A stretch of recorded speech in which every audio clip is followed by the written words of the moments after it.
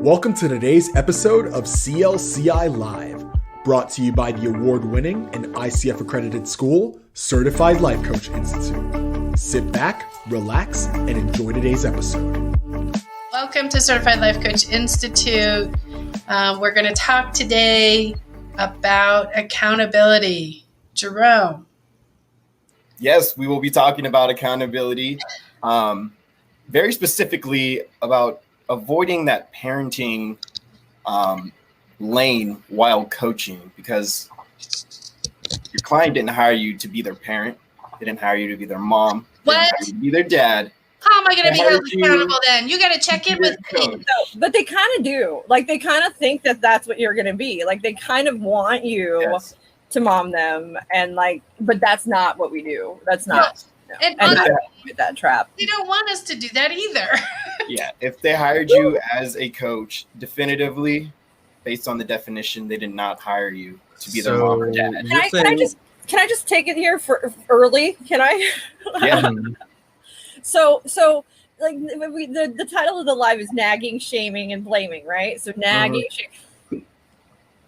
Who's to blame in that situation? The nagger or the naggee? like the person being, because both parties are at fault. I'm just saying there's a problem there with both parties if that's happening. As a man, I'll say I never deserve to be nagged at for any reason, no matter what. Yes, you do. But you should ask our relationship coach about it. Usually the nagging is somebody thinking they're more or less trying to be reminding the person of the experience or what they want or what the outcome is supposed to be. And that nagging just winds up being what it is a nagging versus a reminding. People often are afraid to just say, I'm really disappointed. We talked about this. This isn't done. Share with me what we can do to get this done versus the nagging. You promised you would do this. You said you would. Yeah, you said you would do that. What is the difference between that and the other one and the other? Like, exactly. Like, how do we define? Means I take responsibility for how I'm feeling and what is happening versus blaming the other person for how I'm feeling. So how does this apply to coaching? Well, our clients have goals. They have these things that they come in and they promises they make to you as a coach that of things that will happen during the course of the following week or period of time. And they often do not do those things. How do we deal with that? Do we nag our clients? Do we is that what we do? I would say if you're nagging. Oh, go ahead. Oh, I was going to say that'd be kind of like a funny gimmick for a coach to just be like, I'm the nagging coach. I'm the nagging coach. I was thinking about that. If you want somebody to nag the heck out of you and bug you and make you feel bad, I will do that. All day. That would work. All day. But that's the extreme, and I think you could probably only do that. Like, there can only be one coach like that in every 100 or so. I don't know, but that's not the typical. That is not coaching. That's not. Yeah, it's not coaching. Really. Okay, so why is that? Let's explore that. Why is that not coaching? Why is me going? Hey, did you get that done? Did you get that done? Are you going to get that? Do you think you're going to get it done this week? Why didn't you get it done? Come on. Like why is that not? Why is nagging that not? Is just an alternate way of saying why, right? I mean, usually when you're nagging, you're asking that question, why? That goes along with it. They go hand in hand. And that is the cardinal rule. One of the cardinal rules of coaching is you shouldn't be asking your client why. Unfortunately, that is not something that we accept in the coaching space, or fortunately it is. That can be, when you bring up why, that can really put your client in a defensive position and prevent them from allowing themselves to actually come out and be vulnerable and get to the nitty gritty of the work that they're trying to get done in the session. There is a why we do accept in coaching is what is your why? But that's not what we're talking about here. Just as you're saying, Jerome, we're talking about nagging. The nagging. Do your homework. Yeah. Well, it's that you do your follow through. it's like going in the past. Like that's the why didn't you do it? Well, there's nothing we can do about what has already transpired, right? We cannot change the past. So let's not dwell on it. It's not why didn't you do it? It's how do you want to proceed at this point? That's not even, I mean, nagging doesn't have to go in the past. Like nagging could be like, you should do this now. You should do this. It can be like, okay, why isn't this happening yet? Why isn't that, this is what you should do. I mean, there's a lot of things that come with it. We haven't even gotten to shaming and blaming yet. Like I'm just getting started. I'm ready to shame and blame already. Yeah, that's the easy part. But it's that, so let's, I was going to tell everybody, like, come into this with something to be coached on, something we should probably adopt in our regular Tuesday activities. But what I'm thinking, so if we are a client and we're coming in and our client has not done their work, I have not, and this is something that often happens, how do we manage that? What do we do in that situation? Well, I would first start by maybe just assuming and asking, like, hey, how did that thing go that you said you would do last week? Let's just say they would like run a mile every day. I don't know. This is an example. So how did running a mile go every day? And then I get them to tell me I didn't do that. Well, I didn't this week. I didn't. No, I can do that. So I did actually do some of my homework. So I can't.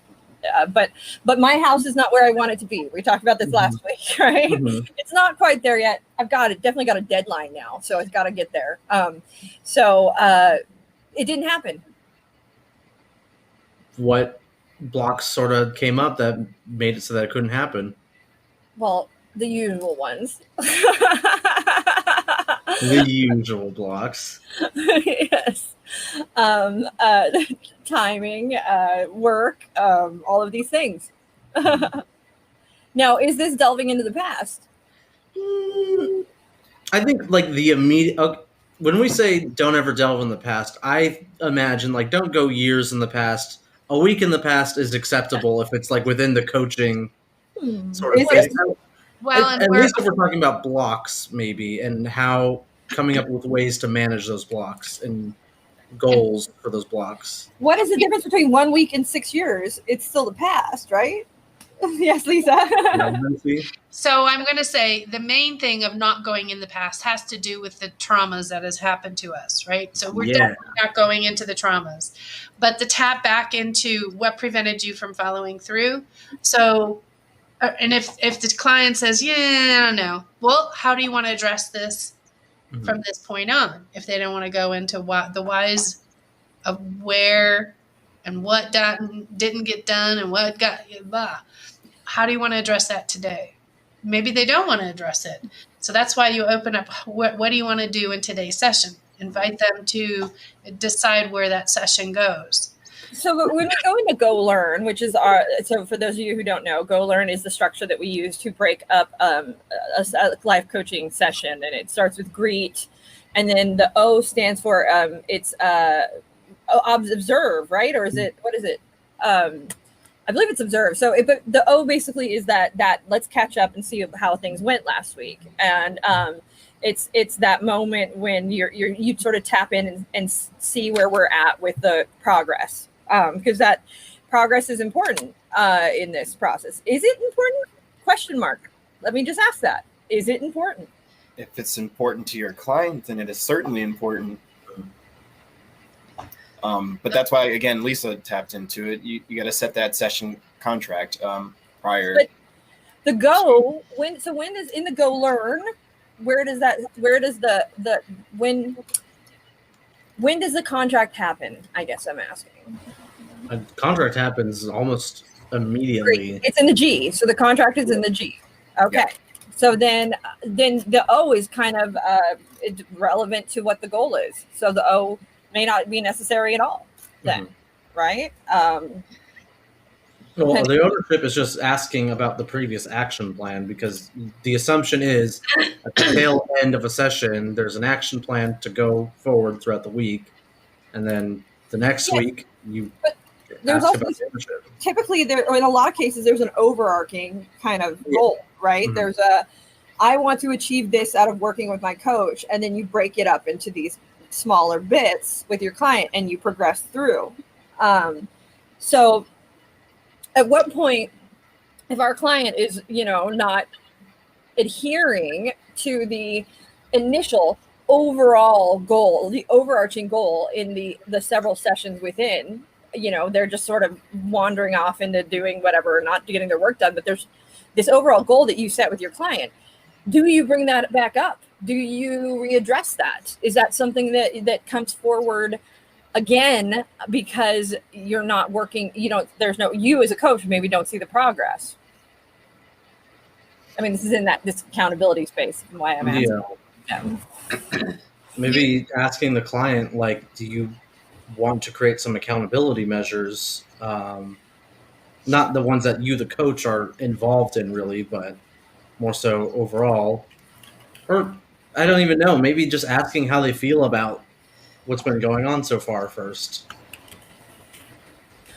And that's that check-in, right? That's the check-in moment. Because if they seem fine with making no progress, what do you do as a coach in that? Like, do you just ask about, like, do you want to work on a different goal then? Or somebody asked me that the other day. They go, what do I do when the client's not making any progress? I asked, who determined what progress was being made? And this person said, well, I don't see anything happening. So have you asked your client what they've noticed about their progress? Because us as a coach trying to view it through our lenses, that's what we're talking about right now. The idea that we're viewing their progress through our lenses, that's about us. Mm-hmm. So that check-in about viewing it through what they think is progress, it might be baby steps right now, but oftentimes in baby steps, and this is a judgment word, I don't mean to be judging, I'm just trying to give you a calibration. We're talking about mothering and baby steps. It's all about babies and puppies anyway. So those steps might be smaller in comparison. Once they get a progress that they are comfortable with, oftentimes they have some leaps that you go, oh, whoa, wow, that, caught me by surprise, because those small steps turned into some giant leap that they were able to get to based on how they set that foundation. So it depends on what they need to do, what pieces they need along the way, and discovering that through the process, asking them how they're doing and what they're doing, and etc. Valerie, so that's exactly where I was with the client yesterday. In fact, it was the first time I ever told a client, I don't believe I'm a good fit for them, and we're going to end our contract. I'd love to know more about that and what happened there. That'd be interesting to know what brought you to that decision, because that's a big one to make. I think Dan something said a long time ago on a live too, if there's no gap, there's no coaching. So if this is assuming if somebody is just, complacent with where their lack of progress from their point of view, let's just say that from their point of view, maybe coaching, isn't the best tool for them. Devil's advocate here, right? Yeah.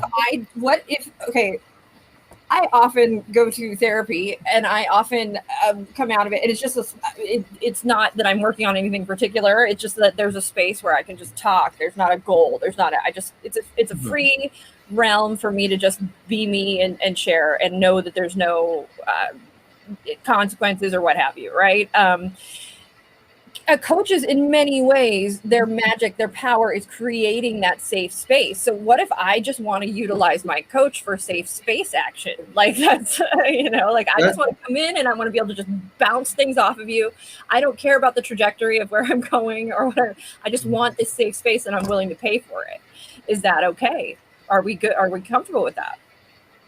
Lisa, we can't hear you. Sorry, because I'm sneezing and coughing over here. That's the contract. If that's what the client wants to do and have a safe space to have a conversation, and the goal is to not really have a goal, it's still a goal, right? It's still actively being committed to what the client wants and what they want to get from the session. So that's fair. That's fair. I mean, heck, that's probably what I would use a coach most for, if I'm honest. I mean, but that's that sounding board moment. So I think that the one thing that we're dancing around in all of this is a little bit is ego as a coach. And that's where that my client has to, that pushing for that goal, that pushing that like this, you need to be making progress. You need, and feeling like they aren't is really our ego, right? It's us going at our pace and not theirs. It's also worrying us, the coach, worrying if we're doing a good job and being accountable ourselves to what we're supposed to be doing in the session.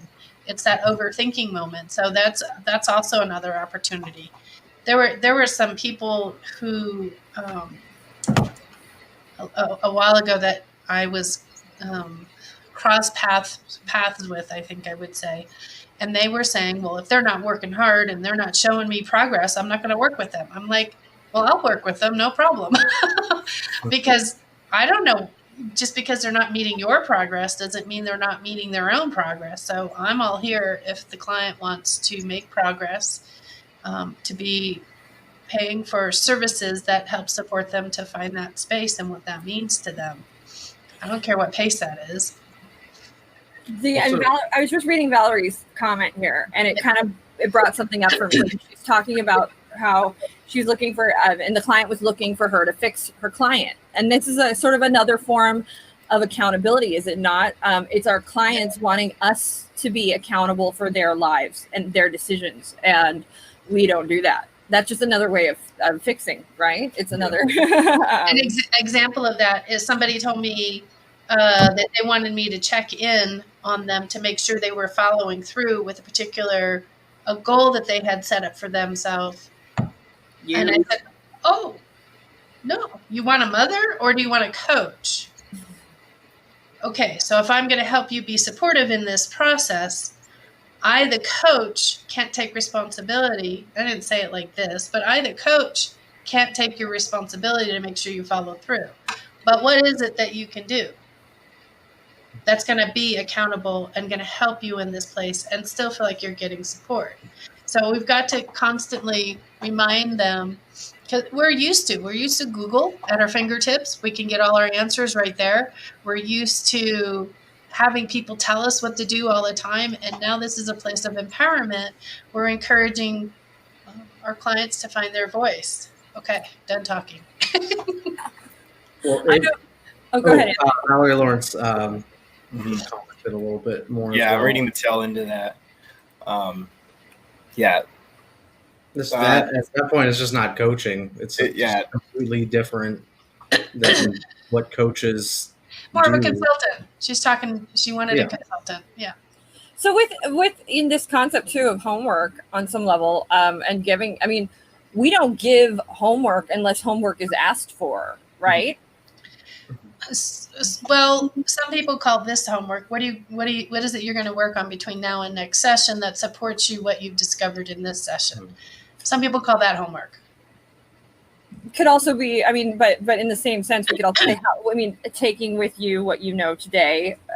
How will you proceed? How will it, But that, again, you have to call back to the goal at play. I think maybe homework, it just has a negative connotation to it. Like, what is the work that you do as far as coaching? What do you take from this and apply it to your life outside of the session? Because that's where 99% of the work is done in coaching. It's not when you're sitting with the coach. It's everything else outside of that session. Yeah, absolutely. So that's the homework essentially, but we don't call it homework. We just call that real life. The other thing too is what happens. So our client wants accountability. Like, I want accountability. So I would love if we could do a mock coach moment in here, but real. Somebody, I mean, I keep volunteering because I can just talk about house organized every time. But if anybody else has anything to get coached on, really needs this coaching session. An example, but I mean, like an example of setting up an accountability plan with your client would be great, I would think, and what that looks like. I want to add one addendum before we get to that too. The accountability measures is part of the ICF core competencies as well. Mm-hmm. It's just something that we're not saying all accountability is just out the window. It's part of number 8, facilitates client growth. Helping have some sort of accountability. What that looks like could vary, but it is in there as well. So, who's gonna coach Brooke? I mean, of course, I'm happy to be coached. I'd assign my choices for clients action steps during the week. See, exactly. I don't know why. It's just saying Facebook user, and we're not seeing it's actually strange. who people are. I don't know what that is. That's It's weird. annoying me. I think we'll try to get that fixed at some point. We can do this. This is kind of cool. By the way, we can have the chat overlaid, see people talk to us. Anyways, who's coaching me? Apparently, Anthony is not. He Anthony left. ran away from it. He ran away. Anthony is gone. Oh, hi, Sue. Hi, Sue. Hello. Why? I don't know why it's doing that. I have no clue. That's You guys do not want to know. Nobody wants to volunteer to coach me. It's cool. I don't need coaching. So share with me what you'd like to be coached about. Well, I would like to set up an accountability plan for following through. Oh, that's what you did. For following through on getting this place organized so that I can. I have a deadline. I have to have it done by Saturday. So you have a deadline by Saturday. You want to organize your place. Mm-hmm. Share more. What's organized? What does that mean? Well, When you look at things. I've just got a few things left here I need to do. I've just got to, and there's a couple of things I'd like to bring the Christmas stuff from the storage areas upstairs down to the basement. And I would like to make sure any of the film equipment I have in the basement comes up and goes where the Christmas stuff once was. I would like to throw away everything in my kitchen and start fresh. I love that one. And I would also just like to do just like organizing so that every place has a place, and there's a thing for every place. All right, every place has a space. There's a space for everything. There we go. Yes. So that way I put things back where they go instead of just being like, well, I'll just sit here for now because I don't have any place to put it, and it just exacerbates my issue. I have catch-alls. I just have catch-alls. They're just everything everywhere. Catch-alls. I know what those are. So when you're thinking of what you can do between now and Saturday, so it has to be done by Saturday, or is Saturday included? Oh, it's got to be done. It has to be done. Okay, so It doesn't have to be. Okay, there are some things. There are shortcuts I can take, but I don't want to take shortcuts. That's the problem. Shortcuts got me here. So you've got some things. You've got stuff that's got to come up. You've got stuff that's got to go down. Mhm. You'd like to redo that kitchen now and Friday, because Saturday you just said you don't. I don't have the time. It's not going to happen. I'm thinking about my week. It's just not going to happen. It's really not. It's not going to happen. What if we took it at smaller bite-sized bits? If we took a smaller bite of what you have to do, what would be a smaller bite? I need to enlist help. Let's help. I need to hire human beings to help me. It's the only way. Okay. I'm serious because if it's by Saturday, I'm busy on Thursday. There's just no way. So what's the step we can do towards enlisting help to accommodate what you're asking? Hey, Jerome, Anthony, what are you doing? And then that's when I would say, hey, Lisa, can I be on the clock for this? Oh, man. I said I was going to pay my help. Did I not? Okay. I'm in. You'll have to put in a formal written request, but Oh, I see how it is. I see. yeah. You usually can't be this successful. This has nothing to do with accountability, though. Well, it is, because you're asking for help. Help just arrived. And so now that next question is, how do they help you? Well, that if they're here, I can get them doing things. That's no problem. I just mean, when I say accountability, I mean what I need is to have some form of checks and balances. I need someone to go, hey, Brooke, are you doing that? I have a built-in accountability. You need an ag. I do. Well, in this situation, I do have built-in accountability, and that built-in accountability is, and this is very much this human being. The built-in accountability is that my family is coming on Saturday, so I want everything fantastic by Saturday. But without them coming on Saturday, I would have zero accountability, and it would just be like, well, I don't care, nobody's coming over, like, and that would be my attitude. Like, that would be, no, why should I care? Like, and I should care. And that's where this element of accountability would be really beneficial for me. If I just need like someone to threaten to come over every week or something. Like, so when I come to California, I have to tell you I'm coming over to see you, and you're going to clean up. Is that what that is? Yeah, that's what that is. But I can't have my coach do that. Like, I can't ask my coach to threaten to come over to my house every week. So what do I do? We already know that coach is going to be accepting of everything. Okay. So the coach might, though. They have organization coach. I mean, does that coach come over? Should I hire one of them? There's a possibility, but you got two guys able, willing to help you. How can you utilize them, and when? Well, I can use that. I mean, to help me carry stuff up and down those stairs. The stairs themselves are going to be the death of me. When do you want to do that, or when can they do that? The basement is terrifying. I don't want to go down there. You won't go down there? I'll go down there. I've been down there once by myself, one time. I have to go down there. Very proud of myself. Jerome could carry it down, but it would have to be. Yeah. The only day it would work would be Friday. That would be the only day that would work in the whole week. So, are you guys available on Friday? What about tonight? At night, though, you can't be carrying things all over up and down stairs at night. Like, that's not good. I don't know. I always feel like I can't. I feel like after 8 o'clock, I should be respectful. This is also, I shouldn't say anything. I'm not part of this coaching session. You don't get to have your help also involved in your session normally. Yeah, the team. The team is. This is derailed completely. This is just literally, but this is very beneficial. But I'll take it from here. Like, this is where like my controller steps in, and I get all like, "I've got it. Don't worry." Like, what is that? What is that? I mean, I guess clients might experience that too. Could they? Yeah. Of course, so then they go home. I'm good. I've got it figured out. I'm done. That's enough. That's all I need. Like, I've got it figured out. Like, I don't want to keep delving. Stop asking me questions about it. Like, so is that accountability then? You've got it? Is that the accountability piece that you're looking for? Well, yeah. I mean, I'm just saying. I mean, I've got it. I've got it from here. I told you the accountability is built in. My family's coming. I have no choice. This is a better topic when they're not coming. Truthfully, it is, because I'll figure it out one way or another.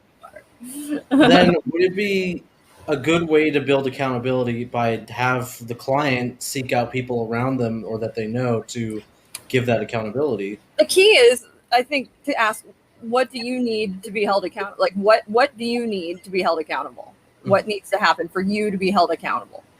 And then when they explore, I mean, the answer, well, I need someone to come over to my house once a week. Well, who can you have come over once a week? Or how do you make that happen? That somebody comes over once a week so that you keep your house clean.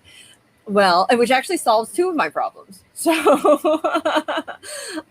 well, I have a list of people who I set up plans with on a regular basis. And I have to ask them to come over, and I have to reach out and actually make that effort. And now I've solved my problems. I have. Thank you guys. I appreciate it. I know what to do now. Would it be fair to say that a large part of holding your client accountable is just in the fact that you are allowing them to understand the amount of options that they have, and presenting those options to them? Does that make sense? Would that or having the client present the options to you and pick what's best for them? Yes, there you go. Yeah. You got it, Anthony. Yep. Well, and then so like in my case, so I'm in my head. This is the coach versus the Brooke, that wants to tell and advise and manage and fix and everything. I go, well, Brooke, you should just not have to have people come over to keep your house clean. You should just want to do it for yourself. What is wrong with you? Like, that is the other side of it. That goes. So now then, as a coach, do I ask deeper? Like, do I go, what's wrong with you? Now there's too many options on the table. Oh my gosh. That'd be a great question to ask someone as a coach. with you. What's wrong with So when they come back next week and the family didn't actually come over and the space didn't get cleaned up, that's where you can ask Brooke, what's wrong with you? No. Oh, What prevented you from moving? my family hates me. I want everybody on Facebook Live to keep Brooke accountable. Just pepper her. No, but so Facebook then what comments. happens? It's so bad. It has to be like accountable where I'm not actually being held accountable, because the moment somebody tells, the rebel comes out like, I'm not doing that. So it's like I have this constant internal struggle between the rebel in me and the person who pleaser in me that like wants to do everything right and do everything great. But the moment that like you tell me to do something, I'm like, I don't want to do that. It's a constant struggle inside this brain.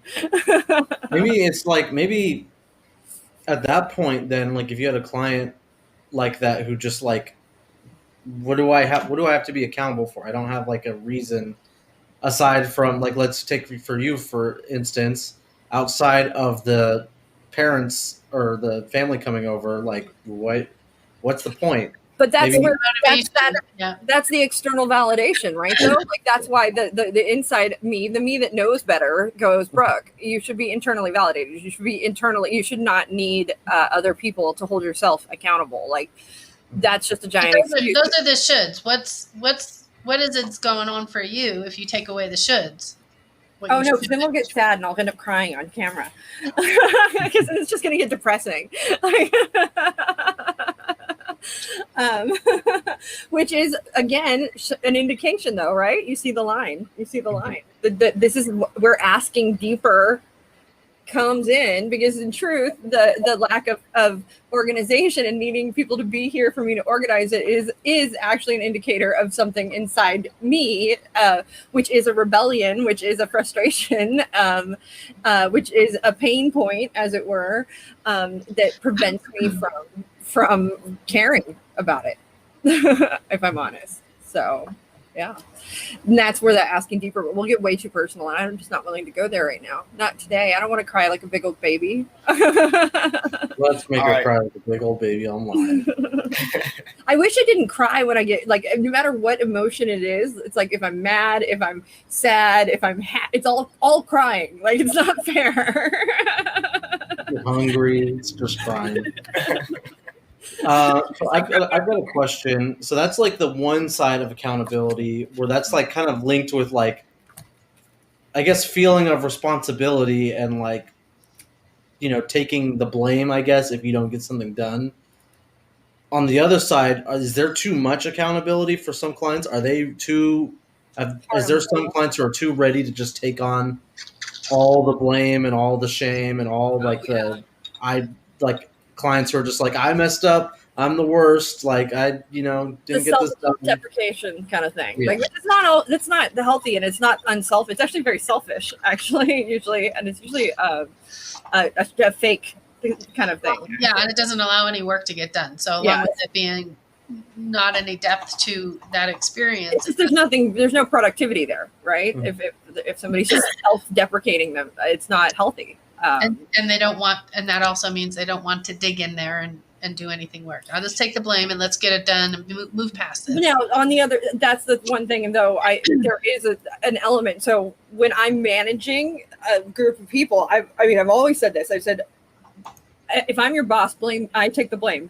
I will take on that blame. But then it's my job to then talk to my team, make them improve, and et cetera, but bring the issues to me. And it was more of like a protective thing, right? Like I'm going to stand up for my people and make sure that they're not getting yelled at by somebody who may not have the full picture, is really what it is.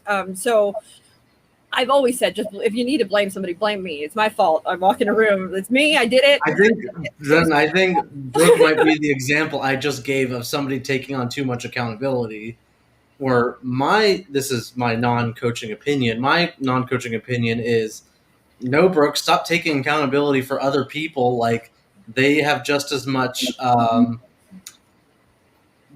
guess, I forgot the word. They have just as much accountability as you do. Yes for and no, their though. So this is an interesting thing. When I was in my trial, because I had a 2-year trial after being attacked, and I hated being called a victim. I hated it. I hated being the victim. Because all of my power came back to me. Like the reason I could start to trust myself again, the reason I could start all of those things came from me being able to see how I got to that place that I was attacked, like to see where I made my lefts and where I could have gone right. And so that I knew for next time I could go right. Right. So what that was me taking ownership in many ways of not being his victim. Like I'm not that person's victim. And so I am now taking responsibility and having accountability for both my life and the things that happen to it. Things don't happen to me. They happen because of me. Right. Well, I'm asking more so people. But there are. Oh, go on. Yeah. So, but there are these fluke things. The reality is, I was manipulated. I was a victim in many ways. There are people, there are situations, there are things we have no control over that do, on some level, happen. And you don't have to have responsibility for the actions of others. I guess you could say you're not responsible for the actions of others, and that's. But when you're managing them, you are. I'm just saying. When you're their boss, you are. And that's just how it works, though. But that's what my mentor taught me in a business space, though. But it's also finding the place where they have accountability for themselves. Yeah, it's a combination. What she's talking about is it's to get the dialogue open so that they're not afraid to share. In this particular case with Brooke, what they're struggling with, what they need help with, so it's a place of opening the dialogue. But as a coach, we're not taking on that responsibility of our client's success and failure. Shelley puts up there, what if they don't want to be accountable? Then they're not accountable. That's up to them on what they want to get out of this. And that's possibly when I have a good rapport with my clients, I will ask them, share with me then how this turns into a place where you have the ability to follow through with what you want. Well, we're talking about too, like accountability in their goals, but just general life accountability comes in, right? Like what if it's one of those things, it's the victim, like people who live in victim space who don't take responsibility for their lives, which is just another limiting belief, right? It's something we as coaches teach to help our clients move through, is that moving through those blocks and those limiting beliefs, and ultimately that space where I'm not in power or control of my life and what happens in it is a form of accountability, is it not? Ultimately, yes. No, am I wrong there? So how do we move our clients and remove those blocks without? They have to want to move them. They have to want to remove them. They have to want to come up with things that'll help find their options so they can have ownership of the direction they really want to go towards. But I guess my space, you have somebody who's in victim thought, right? Like who's in that, and maybe it's just they're not coachable. They're not ready yet, right? Is what it is. It's a refer out situation. Yeah. Typically, if they're not willing to make any adjustments, it's going to be a refer out kind of thing for sure. Well, and even if they're in victim headspace, like I would ask them, I would just start small. Like, what are the things that you could do differently? Yeah. Even if, like, let's just explore. Even if you really didn't want to do it, we're just throwing hypotheticals out there. Spaghetti, what could hypothetically be done? And then start small and build up sort of this awareness that, like, oh, they really have more power than they do. Now, they might not go with you on that path, and they might just be like, it's everyone else's fault. Well, then I'm not their coach, I'm your coach. So, well, I also think it doesn't, I mean, we're speaking in very broad brushstrokes, but there can be, I mean, this can happen in micro situations where you can have somebody who very much is accountable and holds themselves accountable, but there might be one area of their life that they perhaps don't even realize it, but don't have it. They hold themselves with no accountability whatsoever for one reason or another. And it's just, there's a big old block there that they just don't like, if accountable everywhere else, but with my mom, I am not. It's all her fault. I don't hold myself accountable. Like that would be, where they're just we as human beings are multifaceted, right? So there can't. I think. So do you refer out then, or is that just something you don't approach? Is it my question? It might be either or. I mean, it depends on the client. You're going to refer out when that client continually doesn't have the ability. It has to do with the ability. If that client has the ability on other things to be coached, and then at some point it can come across the table again on that particular topic that wasn't coachable then, that maybe it can be coachable now. Even you can get in through different role-playing kinds of situations with them that might help them come up with a decision on where they want to go with it. But if they're working on other things, that doesn't mean they're not coachable. It just means in this moment they can't see their blind spot. So there was a comment that was made just a second ago that said, I struggle with it happens when people repeatedly do things that don't do things and they say they're going to do and not get frustrated.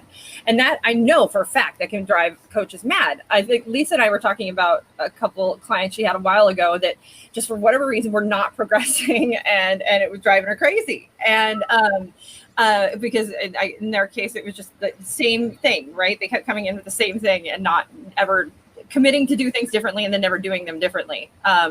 How I can imagine that can be terribly frustrating as a coach. Like that could be very terribly frustrating. How do you manage that? Checking in with them. How's the progress going? Yep. But there's no progress. Like it's not. They thought there was. That's the difference. Isn't that just the coach being outcome dependent at that point? Like from the very get-go, like you should be aware as a coach that this might not go anywhere and be okay with that. You want it to, obviously, but there's also two people I'm working with, right? Yeah, that's what I was going to say. With relationships, though, it's a little different, though, because like they might. At what point do you just let them call it quits and walk away? Right? That's sort of where you're coming at that point. But for me, if they didn't find value, and I checked often, honestly, I did because I wanted to make sure I didn't want to waste both of our times. If they were leaving and following through with something, but they always left with something and felt progress with the session. That going home piece, they took small pieces of it, but not enough to where they both felt that impact. And so that sometimes became the coaching session. Basically, how do you find the win in the smaller steps, like we were talking about earlier, versus we wish we would want the bigger steps, whatever that was. Mm-hmm. That's outcome dependence. Yeah. Yeah. So, and this is a good question. Do you coach for a time before you realize that there's no progress, before you realize, you should just walk away, right? Like you should just, but I think that I guess it could just be verbiage and it could just be a flex, but before you realize there is no change, I think the key there though, is to just always be checking in with your client.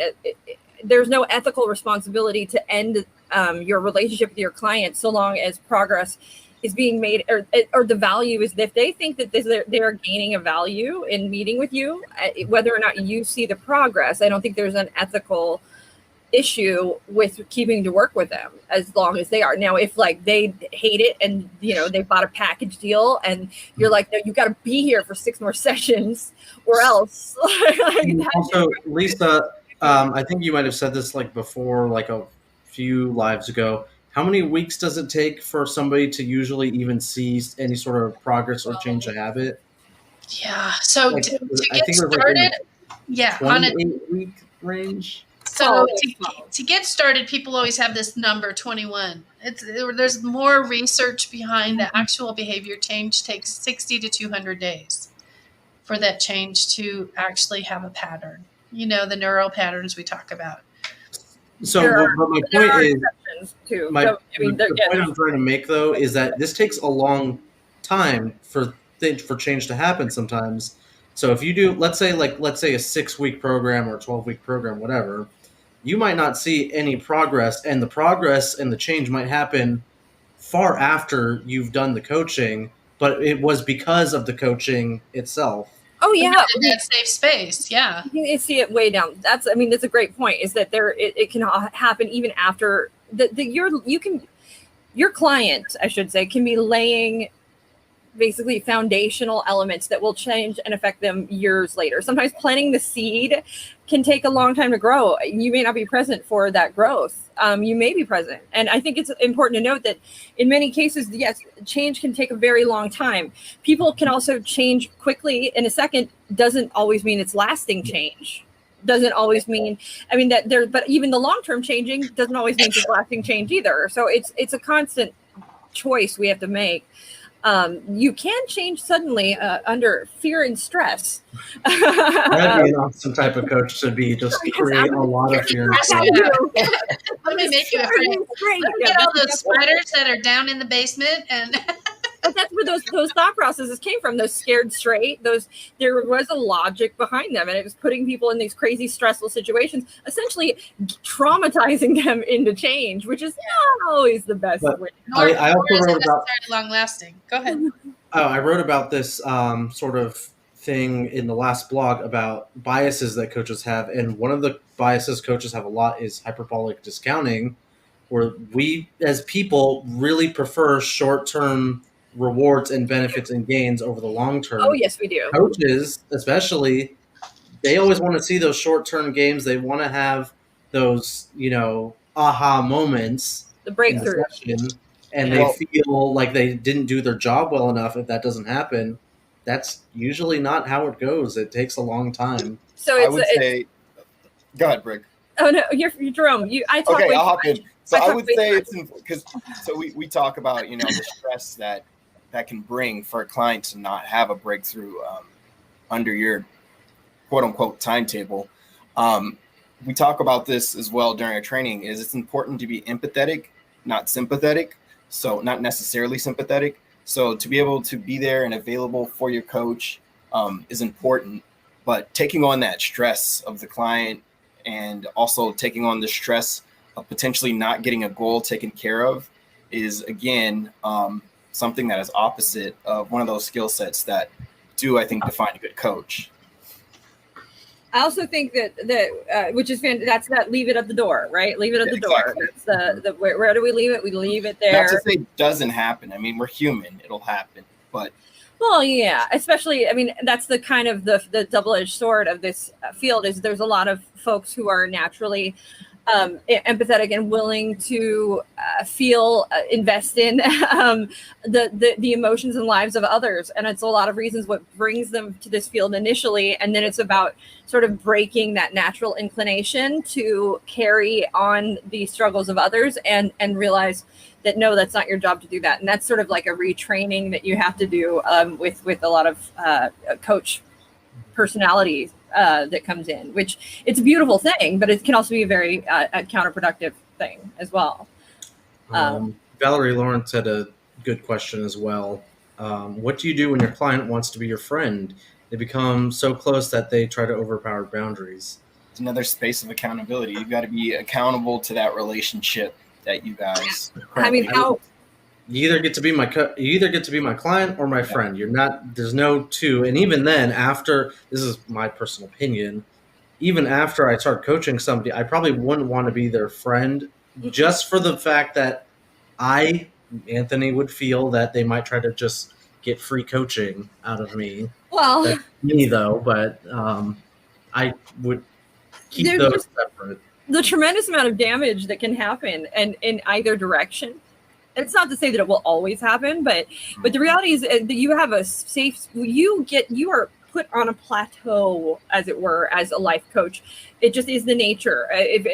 We naturally walk into a room with a teacher and trust the teacher. We naturally walk into a room with a life coach and we trust the life coach.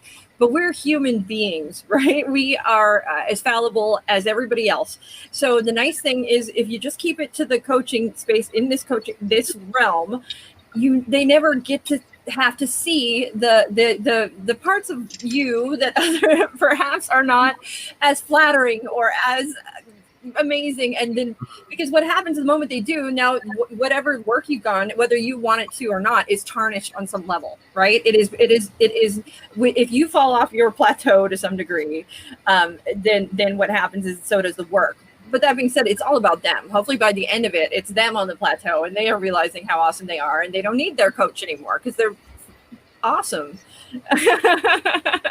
It's not healthy, period. It's just not healthy. It's not good for anybody. There's so many things. There's people in the licensed profession that have crossed over, not even just friends, but have become significant others. And of those licensed professionals that allowed that to happen, lost their license. I date all my clients. I don't know what you're talking about. Do you now? The relationship, because it's not based on balance. The other side of that is if I'm the coach, I need to stay in the coach. And if my client, I have to have understanding that the client may never have felt what it is like to have someone be there and listen to them and be heard and feel supported. And so I could certainly understand a client wanting to be friends on that flip side. Well, it's a natural, like that's a thing. Like I'm connected to you because oh my God, I can be myself with you. Sure. So that becomes a coachable moment. I appreciate that that's where you're trying to go with our relationship. This is going to be strictly coach client relationship, but let's discover how you can put that in your real world, not your real world, but in your world outside of this office, besides wanting this. How do you build that out there in your day-to-day life walk? And the reality is too, we can't be coaches 24/7. Like we aren't always we don't at every interaction in our lives only ask questions and make it entirely about the other person. We at some point we like to talk about ourselves and give advice and share things about who we are. And so your client really doesn't know who you are as a whole human being. And that's so that's just not realistic. Yeah, there's that space where your client drops, well, in a session, your client is dropping in a space of vulnerability where you are being a coach. You're not being yourself. So for that transaction to happen, for that agreement of a relationship to develop after that, just isn't necessarily fair, not in that space. For that safe space to exist, you can't know my friends and family. Like you can't. Also, there's a good metaphor that I see, like, I've had guy friends who will either go to a restaurant with or a bar and there's a bartender or a waitress who's nice to them and the guy's like, she wants me, I should make a move. Like, no, she's paid to be nice to you. Like, that's your tip. No one likes that guy. No, don't be that guy. But when you're paying someone to be open or nice to you or have conversation, there's that power imbalance where they're essentially paying for you to be a positive influence in their life. And that doesn't lead to a sort of good foundation for a friendship from the get-go. No. And frankly, I could have been friends with a number of my clients. I pretty much loved every one of them in that sense. And I was myself, but I was my coach self in that space and never crossed that. Even if I saw them out, I didn't acknowledge them. I've told them if they want to acknowledge me, they're welcome to, but I'm not going to acknowledge you. You're a stranger out in the public. Yeah, I mean that is an interesting because I ran into somebody who does work for me essentially, and I was like, do I acknowledge them? What do I do? I was so like this moment of just keep walking, just keep shopping, don't make any eye contact. Like it was me. I was in the grocery store. It's like when a teacher sees one of their students out and about. I was going to say that. Like, do I say hi?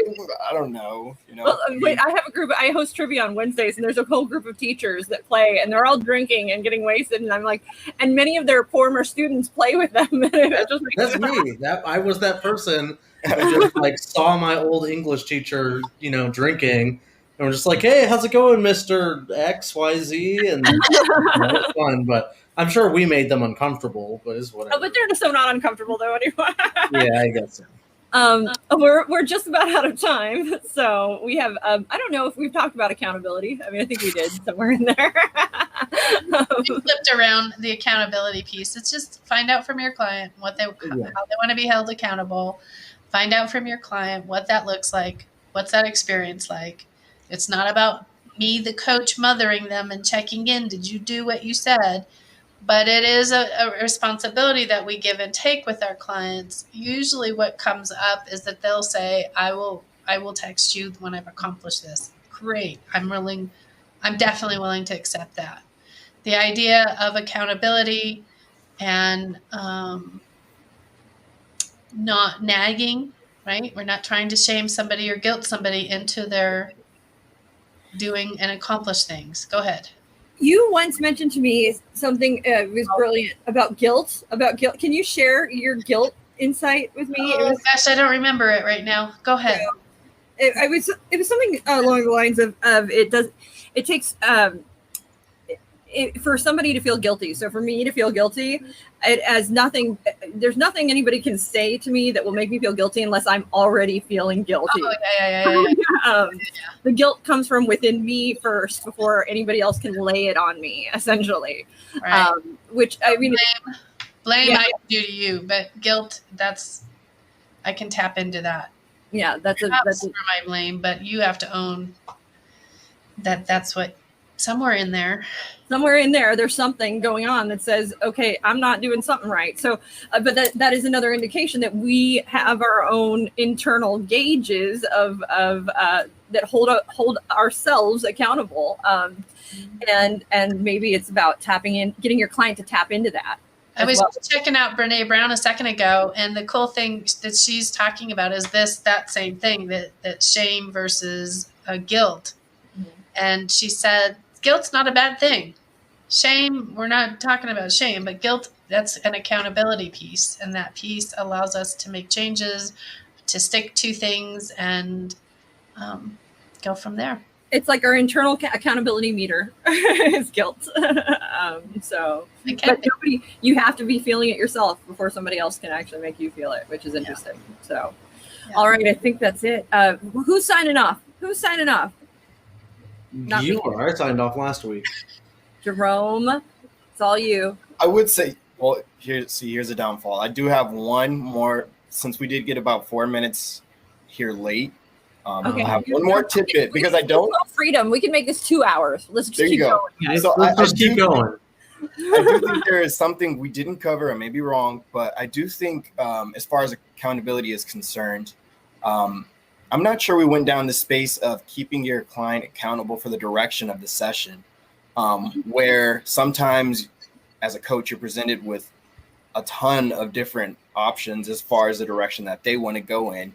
And in the beginning of the session, they set, that client contract, the session contract, and they say, this is what I want to get done. And they give you a bunch, they go crazy. And they're like, no, now I want to do this. Now I want to do this. Maybe somebody I know in the circle who may, be that type of client.